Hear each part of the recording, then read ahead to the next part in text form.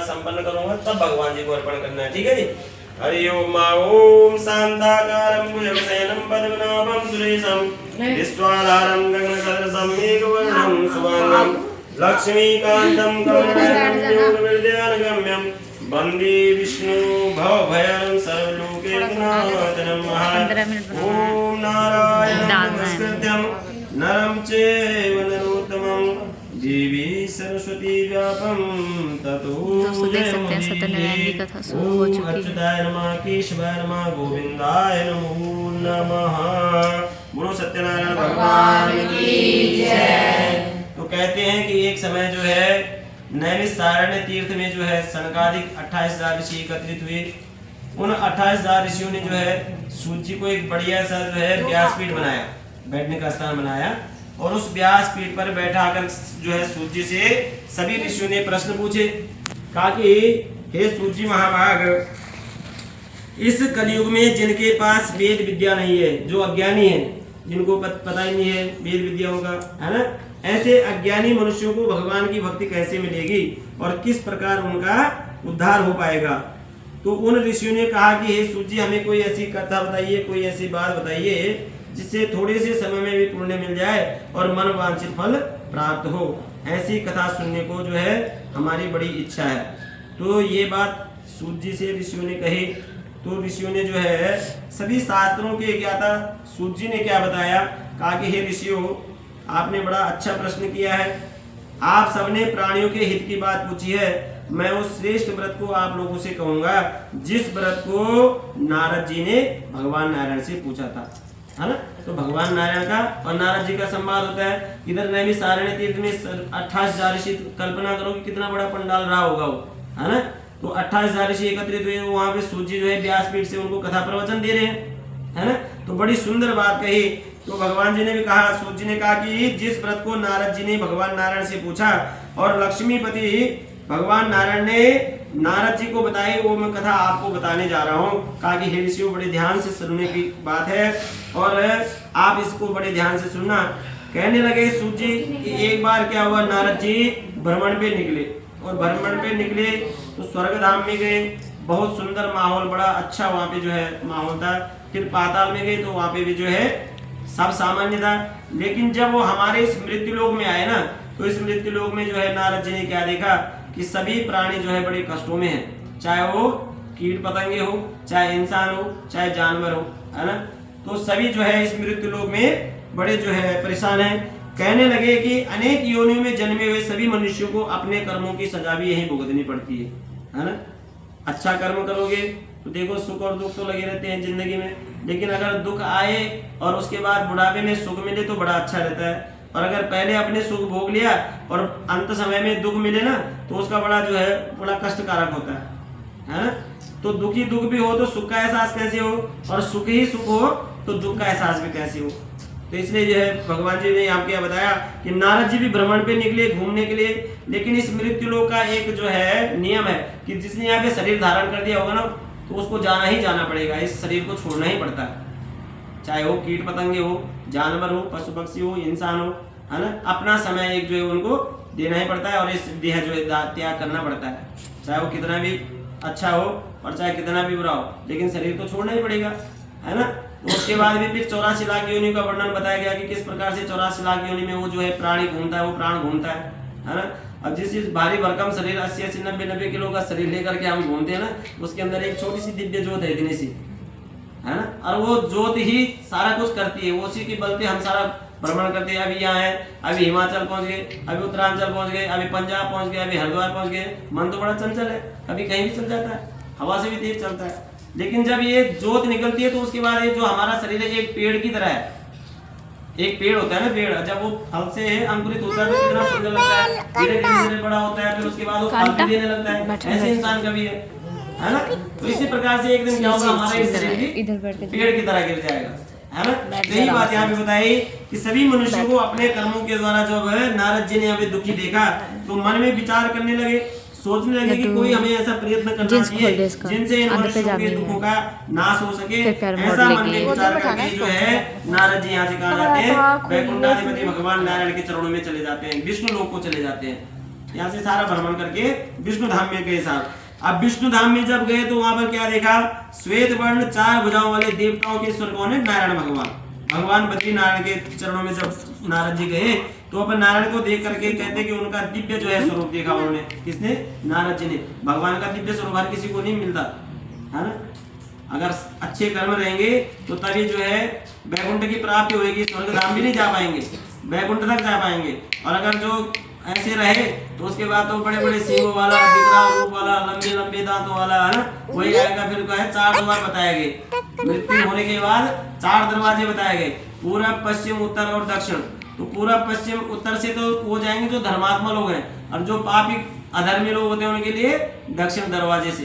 तो वहां से भी वहां जाते जाते जब धर्मराज के दूध लेके जाते हैं ना तो वहां बड़ी कठोर सजा मिलती है ना, कुत्ते की तरह चेन डाल देते हैं। उसके बाद गर्म बालों में चलना पड़ता है, कभी शीशे के ऊपर चलना पड़ता है, कभी उसको जो है काट देते हैं, कभी मतलब दुख ही देते हैं। वहां का कहने का भाव ये है। तो ये 4 दरवाजे भी बताए गए। तो यहाँ पर क्या देखा, जब भगवान नारायण के वैकुंठ धाम में जब नारद जी गए तो उनका दिव्य स्वरूप कैसे, हाथों में शंख चक्र गदा पद्म थे और सुंदर जो है वरमाला पहने हुए थे। तो तुरंत नारद जी वहां पे जा करके भगवान जी की प्रार्थना करने लगे, है ना। प्रणाम किया, स्तुति करी उनकी। तो कहा कि हे प्रभु, आप अत्यंत शक्ति से संपन्न हैं, मन और वाणी भी आपको नहीं पा सकती, और आप जो है अनंत है। तो इसलिए तो कहते हैं कि भगवान कण कण में विराजमान है। आपके अंदर भी भगवान है, हमारे अंदर भी भगवान है। नजरिया सबका अलग अलग होता है देखने का, है ना। तो इसलिए कहते हैं, कहने लगे कि भगवान अनंत है। तो निर्गुण स्वरूप सृष्टि और अपने भक्तों के आप दुखों को नाश करने वाले हो। नारद जी कहने लगे भगवान जी से कि आप हे प्रभु अपने जो है भक्तों के दुखों का निवारण करने वाले हो, इसलिए मैं आपके जो है शरण में आया हूँ। आपके भक्त जो है मृत्यु लोक में बड़ी परेशान है, बड़े जो है कठिनाई में। तो इसलिए क्या कहने लगे, कहते कि मैं आपको बार बार प्रणाम करता हूँ। तो नारद जी से इस प्रकार की प्रार्थना सुन करके भगवान वाच, जब नारद जी ने ऐसी प्रार्थना करी भगवान की कि आप अत्यंत शक्ति से संपन्न हैं, मन और वाणी भी प्रभु आपको नहीं पा सकती, आप अनंत हैं और आप अपने भक्तों का कल्याण करने वाले हैं, है ना। तो जब इस प्रकार की प्रार्थना करी तो भगवान वाच, भगवान जी क्या कहते हैं, भगवान जी क्या कहने लगे, कहते कि मुनि श्रेष्ठ नारद, आपके मन में क्या है और किस काम के लिए आपका आगमन हुआ है, आप मुझे निसंकोच होकर के बताइए। आप अपने मन में कोई भय मत रखिए, आप मुझे बताइए कि आपका आगमन कैसे हुआ। तो नारद वाच, नारद जी क्या कहने लगे कि देखो प्रभु, मैं भ्रमण पे निकला हुआ था। अब नारद जी को भी श्राप है, वो एक सामने नहीं टिकते, है ना। कभी तुम्हारे घर में, कभी हमारे घर में, कभी पड़ोसियों के घर में, और जहाँ जो है सुंदर वातावरण रहा ना तो वहाँ छुट्टी काट देते हैं, है ना। और करा दी खटपट और बोला नारायण नारायण हम तो चले, है ना, मजे लेते लेते निकल जाते हैं। तो यही बात होती है। अब नारद जी क्या कहते हैं कि देखो प्रभु, मैं जो है भ्रमण पे निकला हुआ था, स्वर्ग धाम में गया तो वहाँ पे कोई बुढ़ापा नहीं है। कहाँ से बुढ़ापा होगा जब वहाँ भगवान जी के 24 घंटे भजन कीर्तन ही चलने रहे। तो सुंदर वाटिकाएं, ठंडा शीतल, है ना, बहुत अत्यंत मनमोहक दृश्य वहाँ पे। लेकिन पाताल में गए तो वहाँ भी जो है ठीक ठाक लगा। लेकिन जैसे मैं मृत्यु लोक में आया प्रभु, तो देखा कि आपके भक्तों को बड़ी कष्टी है, बड़ी परेशान है। अब है ही ना, हकीकत भी है। अब हॉस्पिटल में चले जाओ तो किसी का ऑपरेशन हो रहा है, तो किसी का पेट फाट है, तो किसी का टांग काट रहे, किसी का हाथ काट रहे, मतलब अत्यंत दुखदायी है। ये मृत्यु लोक क्या है, बड़ा कष्टकारक है। तो यहाँ पर जो भगवान का भजन कीर्तन होगा, जो हमारा सत्संग चलेगा, जितनी बार हम भगवान का भजन कीर्तन करते रहेंगे, वो सब ऊपर क्या होता है, मुंशी जी नोट कर रहे हैं भाई, है ना, कि पंडित जी कैसे कथा श्रवण करा रहे हैं। जजमान के समझ में आ रहा कि नहीं आ रहा, जजमान कहीं नालू मंडी तो नहीं घुस गया, है ना, या जो है अड़ोस पड़ोस के जो कथा सुन रहे हैं उनका कहीं दूध तो नहीं उबल रहा है गैस में, कभी किसी का ध्यान इधर उधर तो नहीं। ऊपर जो है चित्रगुप्त जी सारा खाता भर रहे हैं हमारा, हर मिनट हर सेकेंड का, और 24 घंटे हर मिनट हर सेकेंड हमारे सर के ऊपर क्या है, मृत्यु का साया है। पता है ना, भगवान ने सब कुछ दिया इंसान को, लेकिन एक चीज छुपा दी, क्या, मृत्यु। अगर इंसान को पता लग जाए कि मेरी मृत्यु होने तो बैठ जाएगा हट करके, मैं क्यों कमाऊं, जब मैंने मरी जाना उस दिन। तो जब मैंने शरीर ही छोड़ देना है तो मैं किसके लिए करूं भाई, ना बाल ना बच्चे ना तेरा ना मेरा कुछ नहीं है। लेकिन भगवान ने कहा कि तू कर्म करते जा, जब तेरा समय आएगा तो हम अपने आप तुम्हें उठा लेंगे यहाँ से। बोलते हैं ना कि अभी सुबह जो है काम करके आए तो शाम को पता ही नहीं चला, यही होता है। इसलिए हर सेकंड हर मिनट हमारे ऊपर क्या है, मृत्यु का सहाय भी है। इसलिए कहते हैं कि भगवान का नाम का सुमरन कर लिया करो, भजन कीर्तन कर लिया करो। अपने घरों में भी अपने आप ही, जरूरी नहीं कि पंडित जी को बुलाना, आपने भी आपने कथा करनी है, अपने घर में भी भगवान का भजन कीर्तन अपने आप भी कर सकते हो। जहाँ भी ब्राह्मण का काम होगा तो ब्राह्मण ही करेगा, है ना, लेकिन अपने आप भी तो करना चाहिए, अपना कर्म तो रखना चाहिए भाई। हाँ, तो यही बात यहाँ पे बताए। तो कहने लगे नारद जी की जब मैं मृत्यु लोक में गया तो मृत्यु लोक में सारे मनुष्य कहने लगे कि जो अनेक योनि में पैदा हुए हैं, हे प्रभु सारे अपने अपने कर्मों के द्वारा अनेक प्रकार के दुखों से बड़े दुखी हैं। क्या हुआ, कहा कि बड़े दुखी हैं अपने अपने कर्मों के द्वारा, है ना, अपने कर्मों की सजा। ये जो हमें पिछला कर्म रहा होगा, कोई सौभाग्य से हमारा कोई ऐसा कर्म रहा होगा जो हमें मनुष्य योनि मिली। अब 84 लाख योनि में मनुष्य योनि मिलनी भी बड़ी कठिन है। और उस मनुष्य योनि में आकर के भी अगर आप नास्तिक बन गए तो वो तो सबसे बड़ा ही कठिन, वो तो फिर बेकार होगी जिंदगी। घास तो पेट तो डंगर भी बल लेता है। तो इसलिए अपना कर्म भी करना चाहिए, भगवान का स्मरण भी करना चाहिए, भगवान का पूजा पाठ भी करना चाहिए। इसलिए जो है नारद जी कहने लगे कि सारे अपने अपने कर्मों के द्वारा अपने कर्मों से बड़े दुखी हैं। तो इसलिए कहने लगे, कहते कि हे प्रभु यदि आप दया की भावना रखते हो तो बताइए उन मनुष्यों के दुख किसी प्रिय से कैसे दूर हो सकेंगे। कोई तो ऐसी बात होगी, कोई ऐसी हो जाए जिससे उनका दुख कष्ट दूर हो जाए, हैं। तो भगवान जी कहते कि हे नारद, आपने मनुष्यों की भलाई के लिए बड़ा उत्तम प्रश्न किया, अच्छी बात पूछी है। और जिस काम के करने से मनुष्य मुंह से छूट जाता है, अगर आप जो है वृंदावन चले जाओ, खाटू श्याम चले जाओ, कहीं तीर्थ स्थल पे चला जाओ तो मन कितना खुश होता है ना, फिर लगता है कि यार हम यहीं रहे हैं, माला जपते रहे तो ठीक है। लेकिन जैसे हम उस भगवान के उससे बाहर निकलते हैं फिर माया मोह में फंस जाते हैं, अरे मैंने तो फलानी जगह भी जाना था, मेरा तो फलाना काम भी छूट गया, फिर वही तो हो जाता है ना।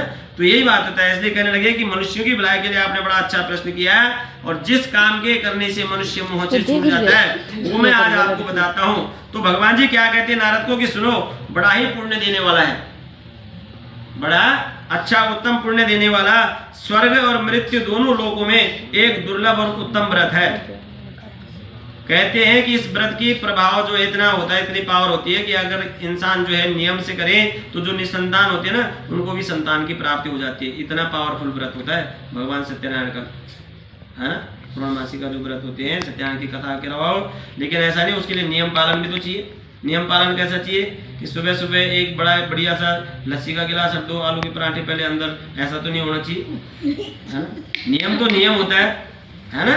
तो कैसा नियम होना चाहिए, भगवान जी क्या बताते हैं नारद जी को कि बड़ा ही जो है पुण्य देने वाला, स्वर्ग और मृत्यु दोनों लोगों में एक कठिन और उत्तम व्रत है। और आज जो है नारद जी से भगवान कहते हैं कि मैं बड़ा खुश होकर के तुमसे उस व्रत के बारे में बताता हूँ कि श्री सत्यनारायण भगवान का व्रत अच्छी तरह विधि पूर्वक करना चाहिए। कैसे करना चाहिए, जैसे आप लोगों ने पंडित जी को बुलाया, कहा कि पंडित जी हमारे घर में कथा करवानी है, तो पंडित जी ने भी अपनी चौकी सजाई कि नहीं सजाई, और संकल्प भी कराया कि नहीं कराया, कराया था ना। उसके बाद सारे 33 कोटि देवताओं का ध्यान कराया कि नहीं कराया। तो पत्रम पुष्पम फलम तोयम, जो भी आपकी श्रद्धा से हो सके वो हमने चढ़ाया, अर्पण किया ना भगवान को, और कहा कि हे प्रभु तेरा तुझको अर्पण क्या लागे, मेरा है, हमारा कुछ नहीं है। तो इसलिए भगवान को देना, जो भी भक्षण योग्य पदार्थ है वो सब भगवान को अर्पण कर। खाना तो जिंदगी भर है, जब तक जिंदगी है ना। लेकिन ये कर्म भी रोज रोज थोड़े होते हैं, कोई एक संयोग बना होगा जिससे तुम्हारे घर में आज कथा हो रही है ना। नहीं तो भागम भाग की जिंदगी है, कहीं कहाँ किसी के पास टाइम आजकल, है ना। तो यही बात होती है। इसलिए विधि पूर्वक करना चाहिए कि सबसे पहले भगवान का पूजन पाठ करना चाहिए, है, और उसके बाद जो है सत्यनारायण भगवान का कथा श्रवण करनी चाहिए। जजमान भी स्वच्छ हो, शुद्ध हो, ब्राह्मण भी शुद्ध हो, है ना। और उसके बाद भगवान का पूजन अर्चन करके और फिर भगवान की कथा श्रवण करो तो उसका भी पुण्य बड़ा मिलता है फिर। तो यही बात यहाँ पे नारद जी को बताया भगवान ने कि मैं बड़ा खुश होकर के तुमसे उस व्रत के बारे में कहता हूँ कि श्री सत्यनारायण भगवान का व्रत अच्छी तरह विधि पूर्वक करके मनुष्य यहाँ पर क्या होता है, आयु प्रांत जो है सुख भोकर मरने पर अच्छे मोक्ष की प्राप्ति होती है। अगर आप भगवान का ध्यान, भगवान का भजन करते रहेंगे ना तो आपके अंत समय के दुख भी निकल जाएंगे, है ना।